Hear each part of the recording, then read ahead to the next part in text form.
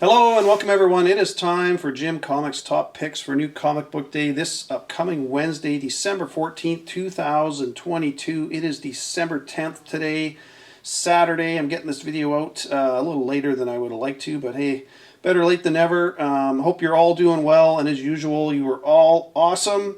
I'm going to talk about my picks as usual this week, and then some other stuff that I've been noticing in the news and on Instagram and all that other jazz. So we'll get into that. I'm going to start with my indies, and my first book. As soon as I saw this cover, you'll see it on the screen. I thought of Nick the Knob from Key Collectors.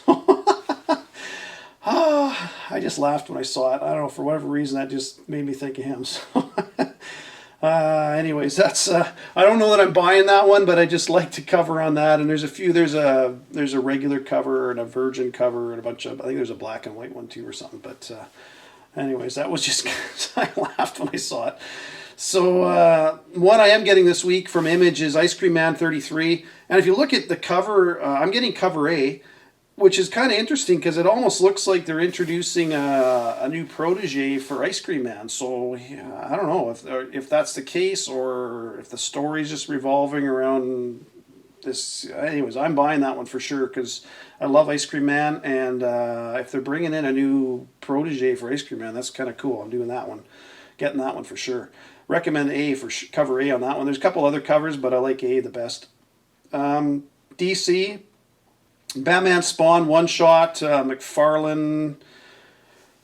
And there is a ton of covers for this, so holy cow! And it's a $7. It's a pricey book. It's $7 US, which means it's going to be probably $10 or $11 Canadian. So, yeah, just like I say, I think there's. Oh, I want to say there's like 20 covers for this thing. There's just a ton of them.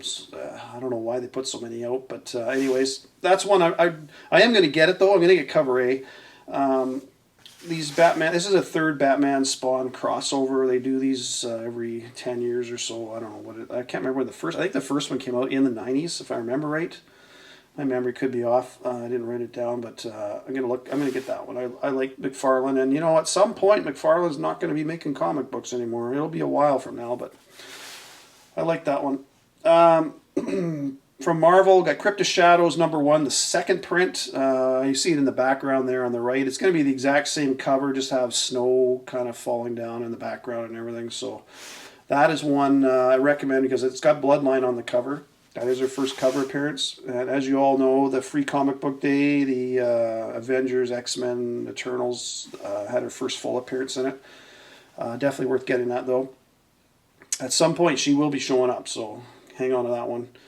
Planet Hulk World Breaker #2. This is what I'm not getting, but I just really like the cover. I'm just showing this because there's a Shaw incentive cover, and it's Banner sitting there with the black. It almost, to me, it kind of is that Titan in like his persona of Titan in the kind of in the background because he's got the green teeth. It's just a really cool looking cover.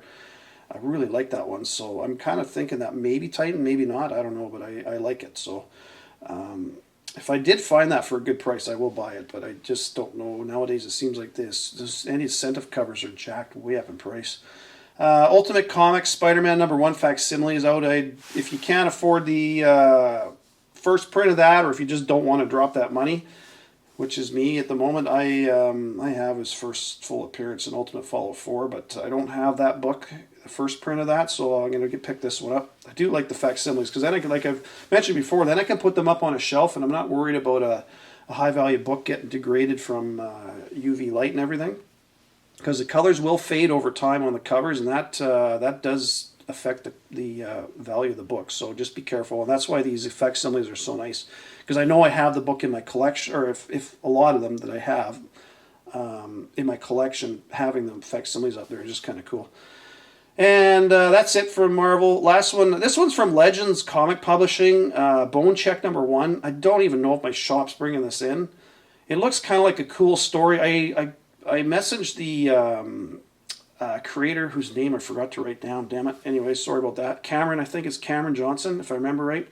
I asked him, is this the first print or has this been out before? Apparently in 2017 there were graphic novels that came out, collection of issues 1 to 3 and 4 to 6 were, so there was 2 graphic novels that came out In 2019, there were some exclusive covers, I believe, for graphic novels again. I think this is the first time they're being released in individual comics, though. So I'm going to try and get cover A is a nice cover, and that's by Johnson. And then there's a Templesmith cover, C and E. Man, they're not, I really like that. Ben Templesmith, I really like his. He's been around for a while, and I like his stuff. So that one I like too. If my shop even brings it in, I'm going to pick that up. And it'll be a low print run for sure. I mean, that's a small company and everything else. I don't know that it's going anywhere, but it just looks like a cool book, so I'm going to definitely pick that one up. So my picks this week, Ice Cream Man 33 cover A, because to me it kind of looks like we got a new protege, possibly, of Ice Cream Man. Batman Spawn, One Shot, they're just kind of cool books. They, like I say, McFarlane teaming up with DC, and we'll see what happens in there. I think there is a new character showing up in this, so it might be worth getting. Or it is, to me, I'm getting, but just don't go too heavy. Like I say, it's a $7 price tag, so just be careful with that. Crypt of Shadows #1, the second print. Those are my 3 books that I'm definitely picking up this week. So, and I recommend to you guys. One, I messaged about this on Instagram. I gotta just show this Dr. Afra 27. It comes out on December 28th, so it doesn't come out for a few more weeks. And as you know, we had the Dark Seekers show up in issue 24, and it's all to do with the Spark Eternal and everything else going on in this storyline. But if you look at her goggles, now I could be totally, remember, I could be totally out to lunch here and I'd just be looking for stuff. But if you look at her, I'm going to zoom in on it. You'll see an image and zoom in her goggles. To me, if you're looking at them on the right side, it looks like a hooded Sith, and on the left goggle it looks like a lightsaber. So I'll just show you an image of a Sith holding a lightsaber. I mean, to me, that's what I see in there. I could be totally wrong, but hey, maybe it's just a reflection of the Spark Eternal, which is in front of her. I don't know, but I just thought it was cool because it sure seems like Sith are popping up everywhere nowadays, because I really think they're going to be expanding stuff with that, and with the Acolyte coming out soon. And I'm going to touch on that in a little bit too.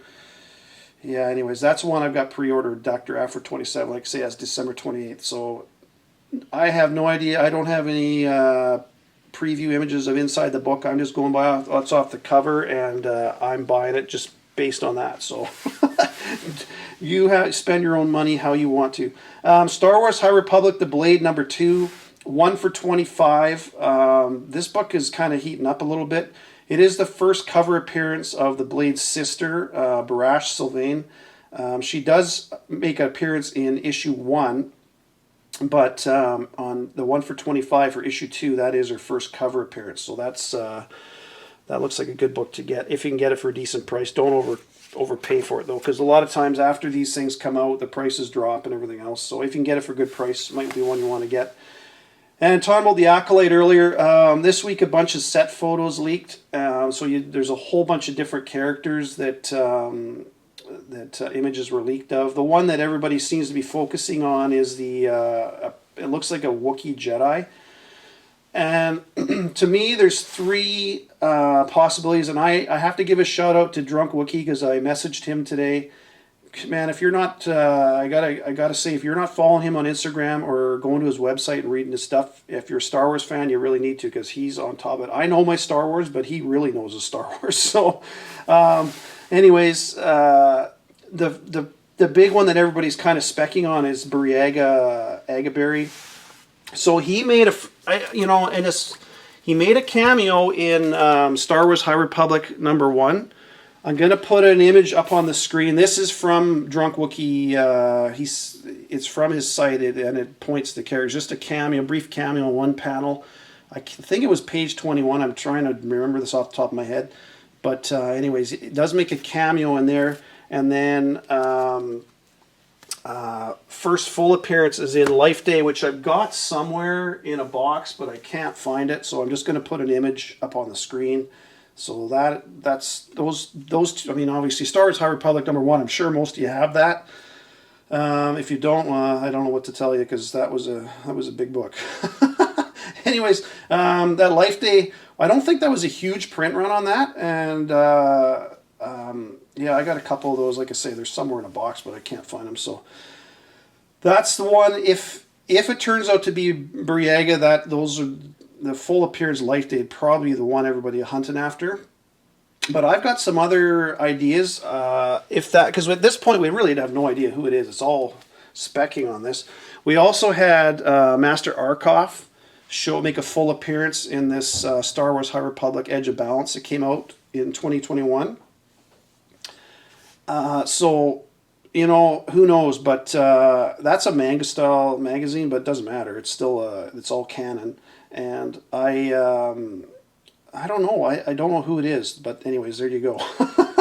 I think the more of a chance of Briega. These are my 3 picks. So I say if I'm a betting man, I'd put most of my money on Briega.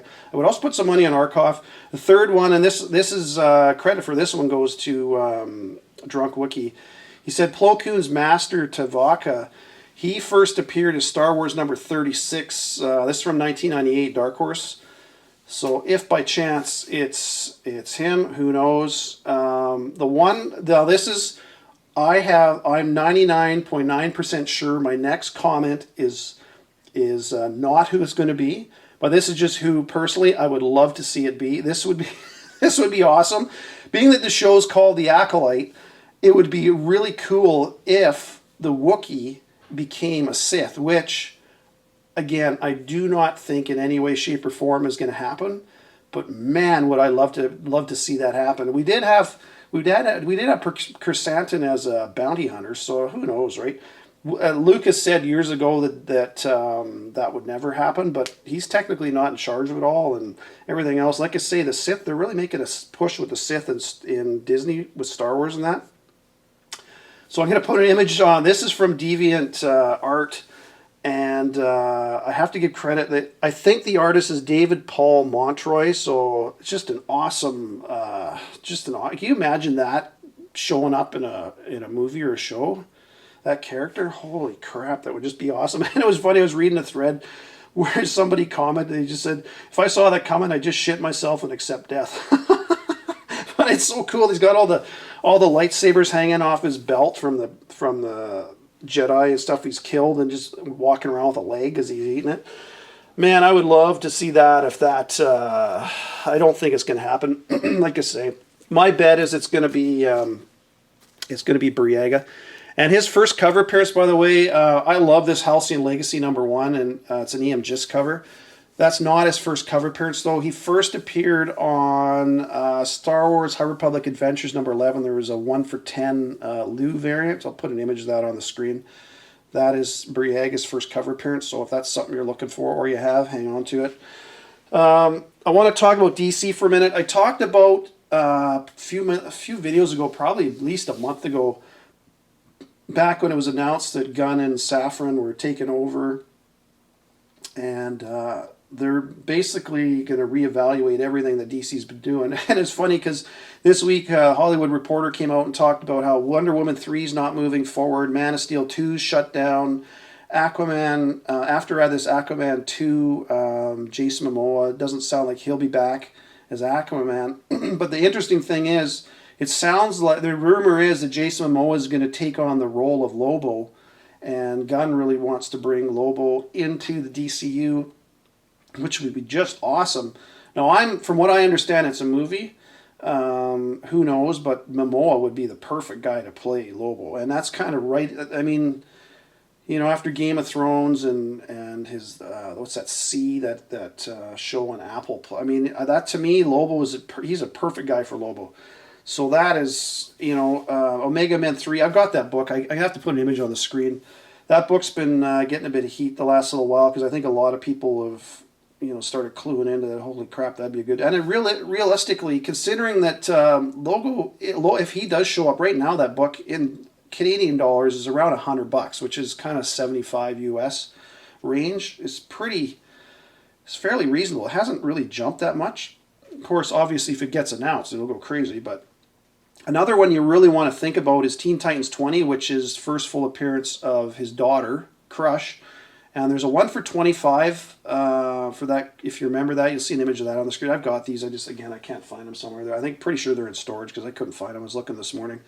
That's another one to get because if they bring in Lobo, pretty damn near guaranteed they're going to bring his daughter in too. So those are a couple books I would look at because I don't think. I mean, obviously, they're not getting rid of Wonder Woman as Superman. I just think this. Looking at how DC's movies have gone, they're not making any money. The stories have, quite honestly, been kind of shitty. I think it's more the stories, whatever the script they had, in my view, got shit canned, and maybe the directors got shit canned, and they're going to go in a different direction with those characters. But obviously, the characters will be around. But they may. Recast a lot of them. Obviously, like I say, Momoa likely will be moving over to Lobo. And the cool thing is that Momoa has said he's wanted to play that role for a long, long time. So kind of fits for me. So anyways, there you go, folks. Some stuff to think about. Damn it, I hope we get a Wookiee Sith. I just, oh, that would be so cool. I know I'm pretty damn near positive it won't happen, but hey, you never know. There you go. Happy hunting, everybody. Talk to you later in the week. Bye for now.